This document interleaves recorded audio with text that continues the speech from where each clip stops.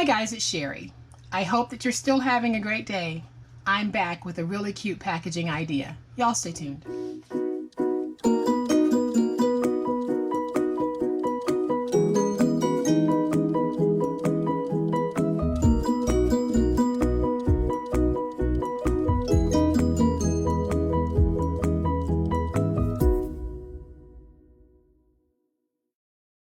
So didn't you just fall in love with that rosette bouquet? It is absolutely fabulous. I made mine for Easter, but you can make them for any reason, any season, any gender. Just change the paper. But you know what? I took it a step further because when we are gifting something as beautiful as that rosette bouquet, we need a really awesome way to package and present it. So I made this a really fun way of packaging that bouquet so that if we're giving it for birthday, Mother's Day, Easter, whatever the reason, you have a way that is just as beautiful as the gift inside to give it, and it protects it from, being damaged if you wanted to box this up and ship it. So I am going to show you guys exactly how this works. So the top and the bottom both come off. And then when you open it up, you have got this awesomeness. This is an absolutely fabulous way of gifting this bouquet. And because it's snug in there, it's not going anywhere, guys.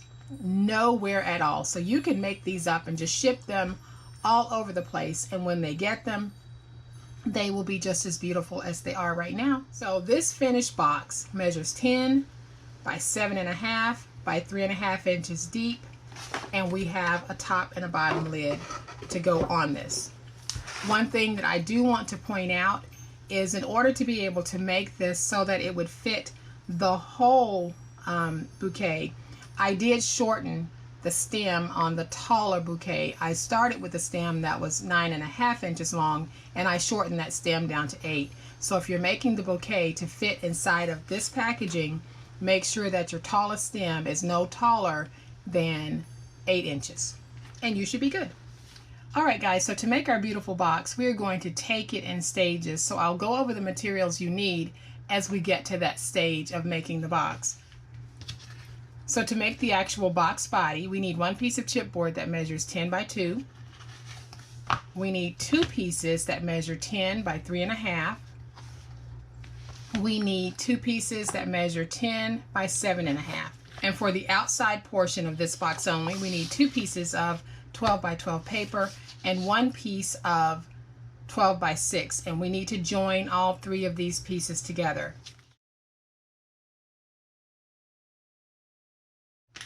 Okay, so once I have my tape lifted off of my first piece, I am going to take the 6 by 12 piece and just put it in the middle so that it acts as an extender.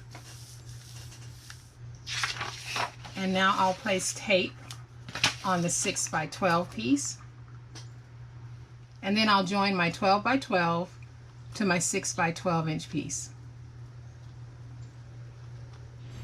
So now you can see that we have one continuous sheet.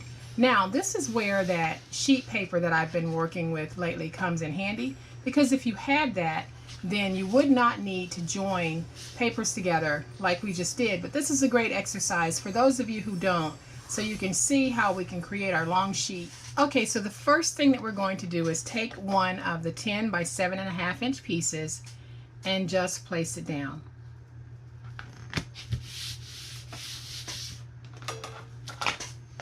And then we need to take one of the 10 by 3.5 inch pieces and place it down, leaving about 1/8 of an inch in spacing.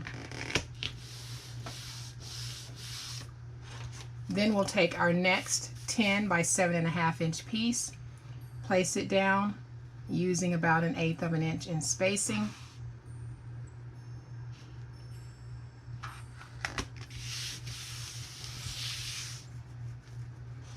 And now we'll have another 10 by 3.5 inch piece, and we're going to place that down. And then we have our 10 by 2 inch piece. I'll be placing that down right here. I am going to be placing 2 magnets. You can actually place those down now before you lay this piece down, but I am not going to do that. I am going to place my magnets on the outside just so that you guys can get a pretty good look at what it is I'm doing with this. So let's place this piece down. I am going to remove some of my excess paper, and now we'll just take this, because it's so large, I am simply going to fold it just like this all the way around. Okay, so once I have my edges folded over, I'll use my finger blade just to come in and do a miter on all four corners. Alright guys, so what I have done is I have placed tape along all of my edges, and what I'll be doing is lifting up the tape and folding over my edges and getting them nice and stuck. Alright, so I have my edges all folded over, and now we're on to stage 2 of building this wonderful box. So now what we need to do is we have 2 pieces of coordinating paper that measures 12 by 9.5, and that is going to be our liner. So I am going to place my tape all over this. I'll be right back, and then we'll put that liner down. Okay guys, so I have my tape down on the board, and you can see the sheen, and now we need to place the liner. So I have one of those 12 by 9.5 inch pieces, and I am simply adding glue to the ends. And now I can take this one piece, and I'm going to do this in pieces, and I'll take my first piece and lay it down, use my paper towel, and then I'll use my bone folder just to make sure that I get those creases defined.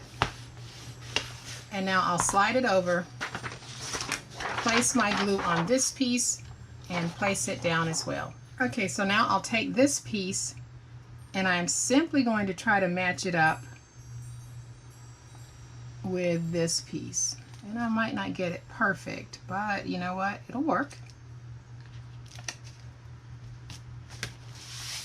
And so now you can see I have my little box. So what I'm going to do now is I am going to go ahead and do my magnet placement. And I am going to place my magnets on my lid first, and then I'll place them down just like that. So I am going to go ahead and just place down a little bit of washi tape just to hold that magnet in place, so that when I place the other one down, my magnets do not come up. So in order for me to determine where I need to place my magnets, I am just going to stick them here, place glue on them, and then I'll bring this up and close it, and I'll close it where I want it to be. And then I'm going to press down because I want to get that glue impression.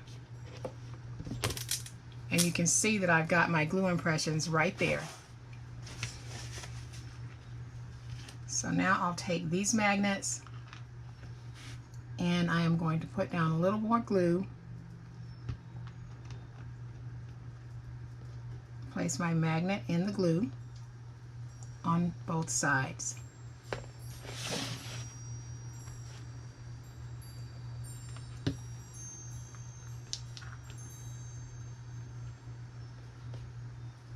Okay guys, so while our magnets dry, let's go ahead and make the lid for this wonderful box.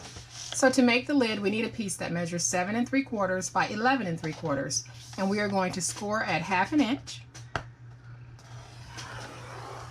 and at 2 on all 4 sides. And you will need to do this 2 times because you'll need a top and a bottom. So you will need 2 pieces that measure 11 3/4 by 7 3/4. And now I'll fold and burnish all of my score marks. Okay, so once we have the scores folded and burnished, we are going to remove some corner pieces. So we'll have a long rectangle here, a small square, and then a long rectangle. We need to get rid of those 3 pieces. So the first thing that I'll do is go up to the second score mark, angle in, and then I'll remove these 2 pieces. Then I will cut straight down angle in and remove this piece. And I will do this on all 4 sides. And then once we have our tabs cut, all we need to do is place glue on them, and we will put our box together. So now I'll take this and I am simply going to glue it together, making sure that my ends are nice and tight. Do the same thing over here. Then I'll lay it down, use my bone folder to get a nice stick on that. And I'll do it on the other side and be right back. Okay, so once we have our box put together, we'll have these outer flaps. We simply need to place glue on these, fold them in, and get them stuck down. And now we can take our lids and place them on the box to see how they fit. And we've got one on, and now we have the second one on. So now, as you can see, we have a really nice little box that we'll be able to present that beautiful bouquet in. All right, so now that we have our lid on top and bottom, I went ahead and placed this really cute Happy Easter sticker because I thought I wanted to just bling this out just a little bit, and I might actually do a little more decorating to it. But right now I'm going to remove my lids, top and bottom, and I am going to open this up so that we can place our beautiful, beautiful floral bouquet on the inside, and we need to secure it down so that it will not move, and I will show you guys exactly how we're going to do that. And what I have here is a piece that measures 8.5 by 2, and I have got it folded into thirds, and all I'll be doing is closing this with glue. I am going to place my glue on the inside here, fold this over, get it stuck down, and then I'll place my glue on this side and get it stuck down. So now I'll place this where I want it, trying to make sure I've got it moderately centered.